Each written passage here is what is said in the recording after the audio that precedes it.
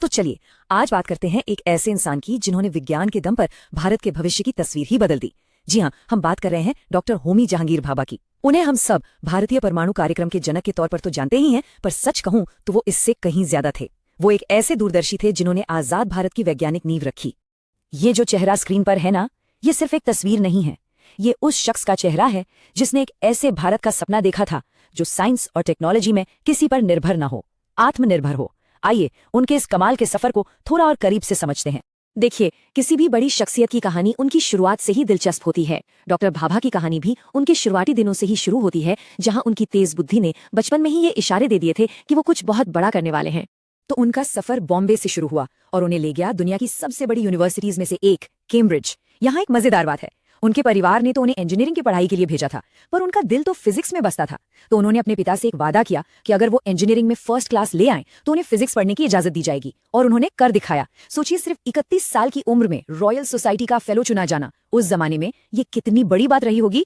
हम सब भारत के लिए उनके काम को तो जानते ही हैं, पर यह जानना भी जरूरी है कि भारत लौटने से काफी पहले ही डॉक्टर भाभा थियोरेटिकल फिजिक्स की दुनिया में एक बड़ा नाम बन चुके थे। उनकी खोजों ने क्वांटम फिजिक्स को लेकर हमारी समझ को एक नई ही दिशा दे दी थी।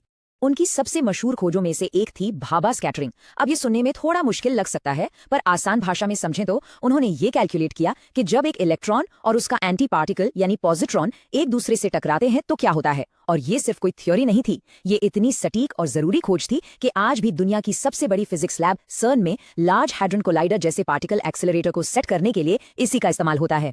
इसके बाद आती है कॉस्मिक रे कैस्केड थ्योरी। जरा कल्पना कीजिए कि स्पेस से बहुत तेज एनर्जी वाली किरणें आ रही हैं, और जैसे वो हमारे वायुमंडल में घुसती हैं तो छोटे छोटे कणों की एक बारिश सी होने लगती है। डॉक्टर भाभा ने एक और साइंटिस्ट वॉल्टर हाइटलर के साथ मिलकर इसी प्रक्रिया को गणित के जरिए समझाया। उन्होंने उस वक्त की एक बहुत बड़ी वैज्ञानिक पहेली को सुलझा दिया था, और यहीं उनकी दूर की सोच दिखती है। वो सिर्फ ये नहीं समझा रहे थे कि क्या हो रहा है, बल्कि भविष्यवाणियां भी कर रहे थे। उन्होंने एक बिल्कुल नए तरह के कण के होने की भविष्यवाणी की, जिसे बाद में खोजा गया और नाम दिया गया म्यूऑन। और इससे भी एक कदम आगे जाकर उन्होंने ये भी बताया कि अगर हम इन म्यूऑन्स को स्टडी करें तो आइंस्टाइन की मशहूर टाइम डायलेशन की थ्योरी को भी साबित कर सकते हैं। और अब हम आते हैं उनकी कहानी के एक बहुत अहम मोड़ पर। जब दूसरा विश्व युद्ध शुरू हुआ तो उन्हें भारत लौटना पड़ा। यहाँ आकर उन्होंने अपनी सारी काबिलियत एक बड़े मिशन पर लगा दी, एक नए आजाद भारत के लिए साइंस का एक मजबूत ढांचा तैयार करना। यहीं से एक विश्व प्रसिद्ध भौतिक विज्ञानी एक राष्ट्र निर्माता बन गया। उन्होंने बिल्कुल एक प्लान के साथ काम किया। शुरुआत हुई 1945 में Tata institute of fundamental research यानी TFR की स्थापना से। फिर 1948 में एटॉमिक एनर्जी कमीशन बना। इसके बाद 1954 में ट्रॉम्बे में एटॉमिक एनर्जी एस्टैब्लिशमेंट की नींव रखी गई, जिसे आज हम भाभा एटॉमिक रिसर्च सेंटर या बार्क के नाम से जानते हैं। और फिर 1956 में उन्होंने एशिया के पहले न्यूक्लियर रिएक्टर अप्सरा को शुरू किया। मतलब एक एक करके वो भारत की वैज्ञानिक आत्मनिर्भरता की नींव रख रहे थे।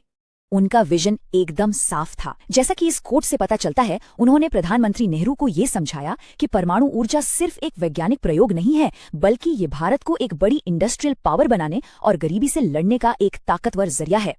और इसी दूरदर्शी सोच से जन्म हुआ भारत के अनोखे 3 स्टेज न्यूक्लियर पावर प्रोग्राम का। ये सिर्फ एक टेक्निकल प्लान नहीं था, बल्कि ये भारत की लंबी अवधि की ऊर्जा सुरक्षा और आत्मनिर्भरता का एक बहुत बड़ा रोड मैप था। अच्छा, ये प्लान सुनने में जटिल लग सकता है, पर है बड़ा सीधा। पहले स्टेप में नेचुरल यूरेनियम से बिजली बनाना और साथ में प्लूटोनियम भी बनाना। दूसरे स्टेप में उसी प्लूटोनियम का इस्तेमाल करके भारत में मौजूद थोरियम के विशाल भंडार को एक नए न्यूक्लियर फ्यूल यूरेनियम 233 में बदलना। और फिर तीसरे और आखिरी स्टेप में इसी नए फ्यूल से बिजली बनाना, जिससे एक ऐसा चक्र बन जाए जो खुद ब खुद चलता रहे और भारत की ऊर्जा की जरूरतें पूरी करता रहे। लेकिन सवाल ये है कि यही 3 स्टेप वाला प्लान क्यों? इसका जवाब भारत के भूगोल में छिपा है। भारत के पास यूरेनियम तो कम है, लेकिन थोरियम का दुनिया के सबसे बड़े भंडारों में से एक है, 5 लाख टन से भी ज्यादा। डॉक्टर भाभा की असली प्रतिभा इसी बात में थी कि उन्होंने एक ऐसा प्लान बनाया जो भारत के अपने प्राकृतिक संसाधनों का पूरा इस्तेमाल करे, ताकि देश को ऊर्जा के लिए कभी किसी के आगे हाथ न फैलाना पड़े। डॉक्टर भाभा का जीवन भले ही लंबा ना रहा हो, लेकिन उनकी विरासत बहुत बड़ी और स्थायी है। वो संस्थान जो उन्होंने खड़े किए और वो नीतियां जो उन्होंने बनाई, वो आज भी भारत के साइंस और टेक्नोलॉजी के सफर को रास्ता दिखा रही हैं। 24 जनवरी 1966 एक दुखद विमान हादसे में भारत ने अपने सबसे होनहार वैज्ञानिकों में से एक को खो दिया। ये एक बहुत बड़ा नुकसान था, लेकिन उन्होंने जो मशाल जलाई थी वो बुझी नहीं। उनकी सोच उनके जाने के बाद भी देश को रास्ता दिखाती रही। उनकी विरासत आज हमें हर तरफ दिखती है। उन्हीं के बनाए AET का नाम बदलकर भाभा एटॉमिक रिसर्च सेंटर यानी बार्क रखा गया। भारत का सफल स्पेस प्रोग्राम इसरो उसकी जड़ें भी उन्हीं के बनाए संस्थानों में हैं। और तो और चांद पर भी एक क्रेटर का नाम उनके सम्मान में भाभा रखा गया है। ये उनके ग्लोबल इम्पैक्ट को दिखाता है।